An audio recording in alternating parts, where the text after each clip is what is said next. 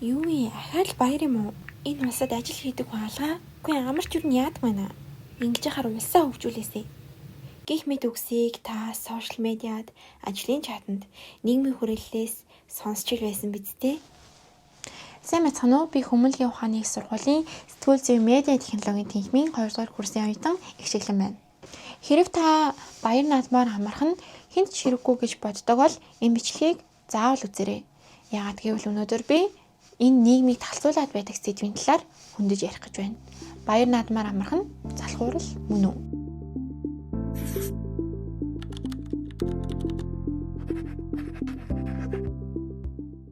Миний бодлоор бол амарсан зүгээр гэж боддог. Тэгээд амархтай гол нь үр бүтээлтэй гэр бүлээрээ, найз нөхдөөрөө ч юм уу те. Энэ өнөөдрийн бидний байгаа энэ эрх чөлөө тусгаар тогтнол ямар их хүнээр олдсныг хоорондоо зүгээр гоё ингэж хэлэлцүүлдэг, гоё кино үздэг. Тийм уламжлал тогтоосоо гэж аягүй хүсдэг. Энэ нэг үлрэл барайл болон бүх нийтийн амралттай өдөртөө болж байгааг нэг утгагүй санагдаад.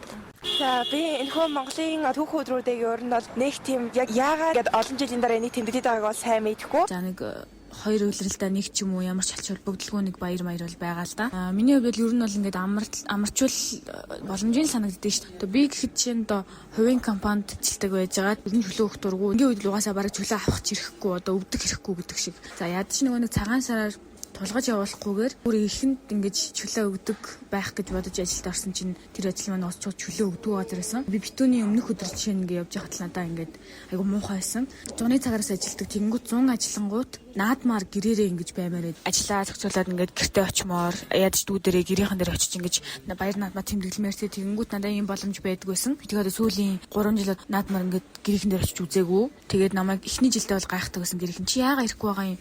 Юу гэсэн үг юу гэж амраахгүй байж гэдгийг чи аргалаад ир гэд. Хоёр дахьаас болохоор ирэхгүй нүү ажиллаас нь чөлөөхгүй байх уу гэл. Гурав дахьаас нь болохоор тэгэл тэгээ аргагүй дээ чөлөөхгүй дээ угаасаа гэд бүр ингээд нэг юм эвлэрсэн байдалтайгаар ингэж надад нэг өхөлцөнгөө ханддаг болсон л да сүүл рүүгээ. Яг хоо нөгөө хаацалал өнгөрчдөг юм байл л дээ. Цалин урамшуулын жоохон нэмий. Тэг жоохон илүү цагаар илүү мөнгө аваад ингээд ажиллаа гэд. Ер нь бос чиг ингээд гэрийнхэнтэйгээ хамт баймаар гоо болигэд ингээд жилдээ нэгээс 2 удаа тий заавалч гэртээ очичдаг ингээд ийм баярын өдрүүдэд бол гэр бүлийн урамсгалаа мэдрээд ингээд гэртээ байхыг аюу хүсдэг. Тийм боломж ер нь байдаггүй томсолж байгаа байхгүй юу? Манай хүмүүсийн амралтыг их юм уу гэж бодож өнтөл хүнд байгаа. Нэг өдөр ч гэсэн ажил төрлөө хийжвэл амьдрал нь ашигтай байх гэж бодож. 2026 онд Монгол улсад бүх нийтээрээ амрах 9 өдөр байна.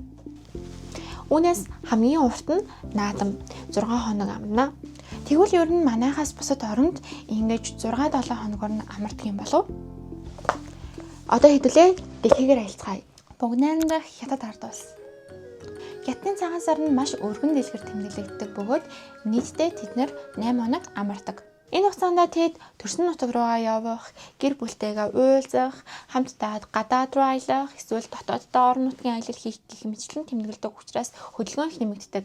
Тиймээс ч хамгийн том нүүдэл гэж нэрлэгддэг.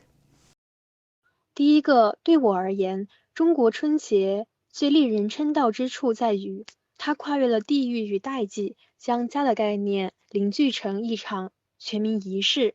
从扫尘、贴春联到年夜饭、守岁，每个习俗都承载着对自然的敬畏、对祖先的缅怀和对团圆的渴望。第二个，我觉得春节对中国人重要的意义在于，春节是中国人情感与文化的重置键，它不仅是法定假日，更是一场精神回归。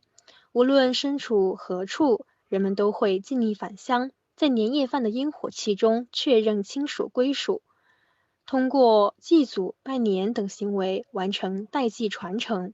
而辞旧迎新的集体心理，则让我们每个人在鞭炮与祝福中获得重新出发的勇气。可以说，中国的春节维系着中国人的身份认同，是家庭伦理、社会关系与时间哲学最鲜明的载体。 Бүгд найрамдах Солонгос улс. Солонгосчуудын хувьд цагаан сараас гадна бас нэгэн тэмдэглэдэг үндэсний хэмжээний баяр бий. Энэ нь Чусок. Чусогийн баяр нь талархлын баяр, ургацын баяр гэж хоёр төрлөөр орчуулагдаж болно.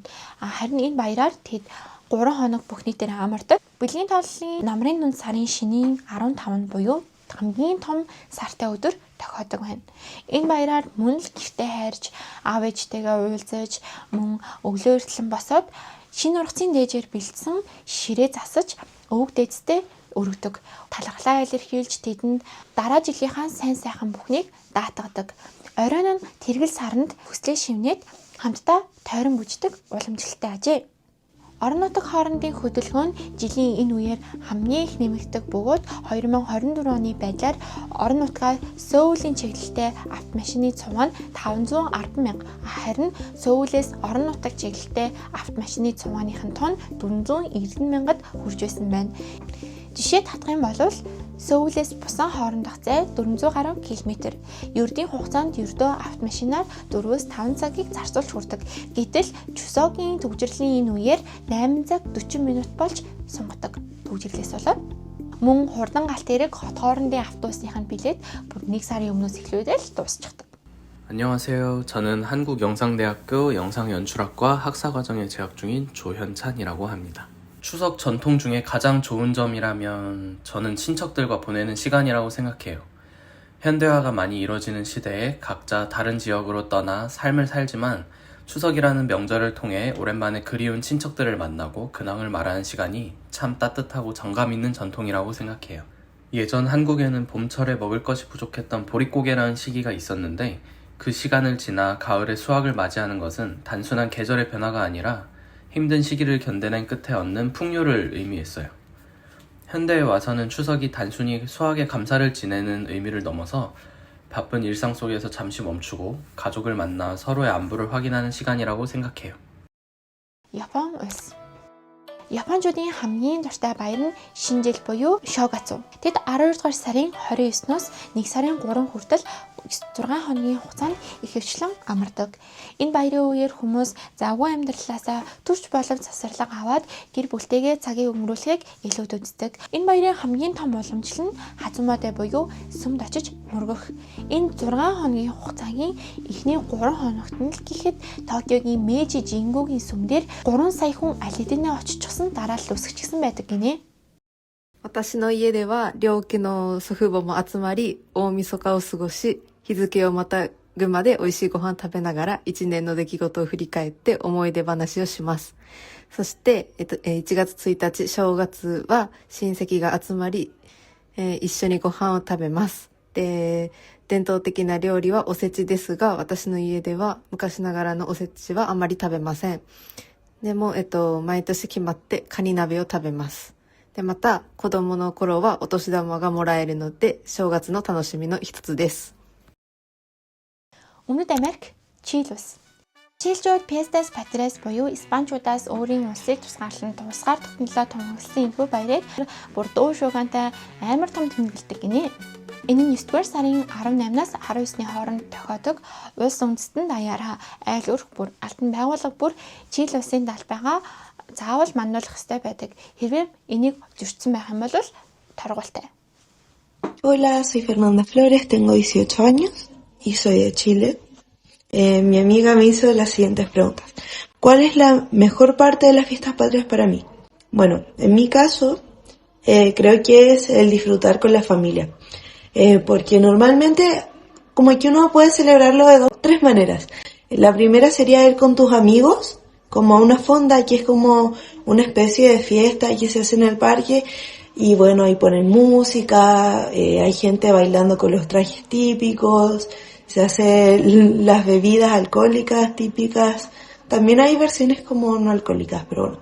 Hay mucha comida, como comidas típicas, no sé, empanadas, pastel de choclo, humitas, asado y todas esas cosas.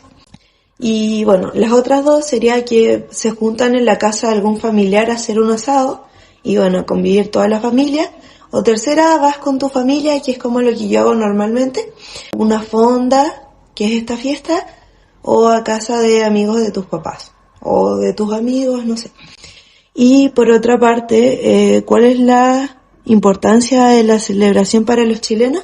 Bueno, yo creo que es, principalmente honrar a que el país, es que la festividad fue hecha porque se conmemora el inicio del proceso de independencia. A través de la primera junta de gobierno, que fue en 1800 y algo, si no me equivoco. Gracias y eso, espero que tengas un bonito día. Арабын нэгдсэн Эмират улс. Арабын нэгдсэн Эмират улсын хувьд Рамадан сар буюу их мацаг нь 28-аас 30 хоногийн хооронд үргэлжилдэг урт хугацаатай. Энэ нь исламын шашны тооллоор жил болгон өөр өдөр зохиодог. Нэг сарын хугацаанд мусульманчууд мацаг барьж зарим нэгэн зугаа цэнгэлээс өөрийгөө тусгаарлаж гэр бүлээрээ хүмүүнлэгийн үйлс, сайн үйлсийн аянд нийцдэг уламжлалтай. Энэхүү мацаг дуусны дараа мацаг тайлах том баяраа тэмдэглэдэг. Энэ нь улс орон даяар ерөнхийдөө нэг 5 хоног амардаг юм байна. TGM мэдээлснээр тус улсын мусульман шинжтнүүдийн 98.8% нь энэхүү Рамадан сард оролцдог. Харин иргэдийн 97% нь жилийн яг энэ өдрүүдийг тэсийн хад хүлээдэг юм байна. Тэмдэглэдэг хүмүүсийн 95% нь энэ баярын хамгийн гол утга учир нь гэр бүлтэйгээ хамтдаа өнгөрүүлэх гэж хариулсан байдаг байна. السلام عليكم أنا اسمي عليا من الشارجة في الإمارات العربية المتحدة واليوم بكلمكم عن حق الليلة. حق الليلة هو يوم نحتفل فيه بقرب رمضان، بيكون قبل رمضان ب15 يوم، وفي هذا اليوم كلنا نلبس اللبس التراثي، يعني الكنادير المخورة، حق الحريم والذهب، وحق الريايل يلبسون كنادير، يعني هالكنادير البيض والغترة والعقال، والصغارية يسيرون من بيت لبيت إذا كان يعني جيرانهم أو أهلهم ويحصلون حلاوة. بالنسبة حقي أكثر جزء أحبه في هاليوم إن أقدر أسير أزور أهلي وجيراني. الثقافة الإماراتية يعني إحنا نعطي أهمية كبيرة للتواصل وناحية المجتمع من الحياة، بس في هذا اليوم يكون غير، ونزور تقريبا يعني كل حد، وهذا اليوم يكون أكثر شيء يعني مركز على الجيران، يعني أهمية التواصل والمجتمع. بس هاليوم غير، لأن الصغارية يسيرون من بيت لبيت يحصلون حلاوة، والكبار يعني يسيرون وياهم، والصغار يلعبون ويا بعض، ونحن الكبار نجلس جيراننا وأهالينا ونتكلم وياهم ونتواصل ونسولف عن يعني إنه شو بتسوون حق رمضان. عائلة أكبر من أهلكم اللي يعني ياسين ياكم في البيت، أهلكم أو عائلتكم تستوي مجتمعكم، فهذا أنا أكثر شيء أحبه في هذا اليوم. أما من ناحية إن الإماراتيين ليش يحسون إن هاليوم مهم، نفس ما قلت الثقافة الإماراتية وايد تهتم بالمجتمع والتواصل، وإن كلنا على قلب واحد وكلنا مهتمين ببعض. حلاوة أو جمال رمضان عن طريق إن نوزع عليهم حلاوة ويصيرون يزورون ربعهم هم بعد، وعيال العم وعيال الخال، ويعني الصغارية اللي يعرفونهم من أهلهم. يوم يبين لنا تكاتف المجتمع وأهميته في حياة المواطنين. وشكرا. Тэгвэл ер нь хэн анханасаа баяруудаар амрая гэж шийдсэн юм бол яагаад амралт хэрэгтэй амраарай гэж бүх улсын хуулинд тусгагдаж өгсөн байдаг юм бол хэдүүлээ энийг мэдхийн тулд шинжлэх ухаанаар түүхээр иргэнэг айлцгаая. Үндэсний шин чанартай баяр ёслолоор амрахыг анх Египт болон Ромын соёл иргэншлээс үүсэлтэйгэж тэмдэглэсэн байна. Ромчуудын ердийн ажлын хуваарьд амралтын өдөр гэж байдаггүй байсан. Харин нөгөө нэг баярын амралтууд нь тэднийг их ажлаас жоохон ч ихсэн чөлөөлөх ганц боломж байдаг байлаа. Гэвч Клавди хааны үед Ромчуудын хуанлын дээр амрах гэж тэмдэглэгдсэн 159 баяр ёслолын өдрүүд байдаг байсан байна. Арай л их үү? Энэ нь Монголын энэ 9 амралтын өдрөөс 17 дахин их. Энэ замбраагүй байдал нь мэдээж төрийн зарим нэгэн ажил хэрэг орхигдоход хүргэдэг байсан. Дундад зууны үед Христийн шинжтэй холбоотой баярууд нь дэлхийд дахин илүү их тархаж эхэлсэн. Улс үндэстний баяр, хаан хаттын дүрсэн өдөр, шашны шинжилтэй холбоотой өдрүүд нь тэмдэглэгддэг байснараа тухайн улсын үндэсний бахархал, соёлын онцлогийг шингээж өгсөн чухал үйл явдал болон хувирсан юм а. Ерөнхий боловсролын сургуульд тухайн улсын түүхийг заах, түүхийн соёлын чин чанартай газруудыг байгуулах мөн энэхүү баяруудыг амралтын өдөр болгон хуульчлах нь зөвхөн нэг л зорилготой. Энэ нь тус улсын тусгаар тогтнолын баталгаа болж иргэдийн эв нэгдлийн бэлэгдэл болдог. 130 гаруй жилийн өмнө Америкийн нэгдсэн улсын Конгрессийн тайланд энийг тодорхой дурдж өгсөн байдаг.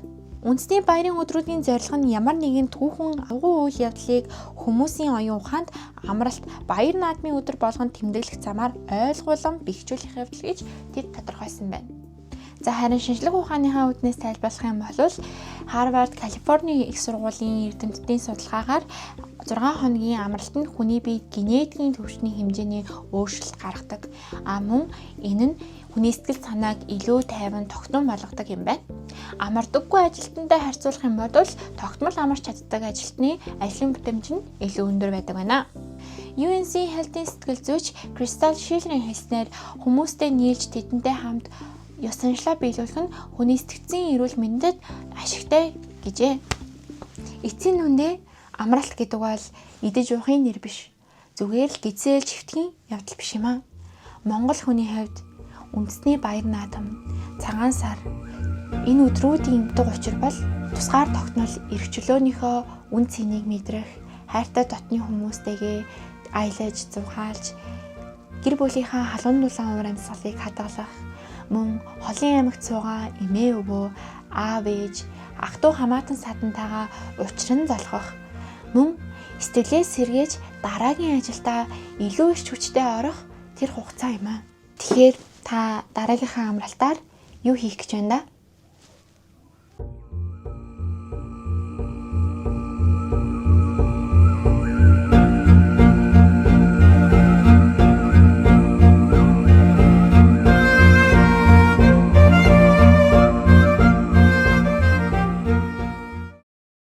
Үгийг ариун болт, аяыг ариун болт, дуучин ариун болт.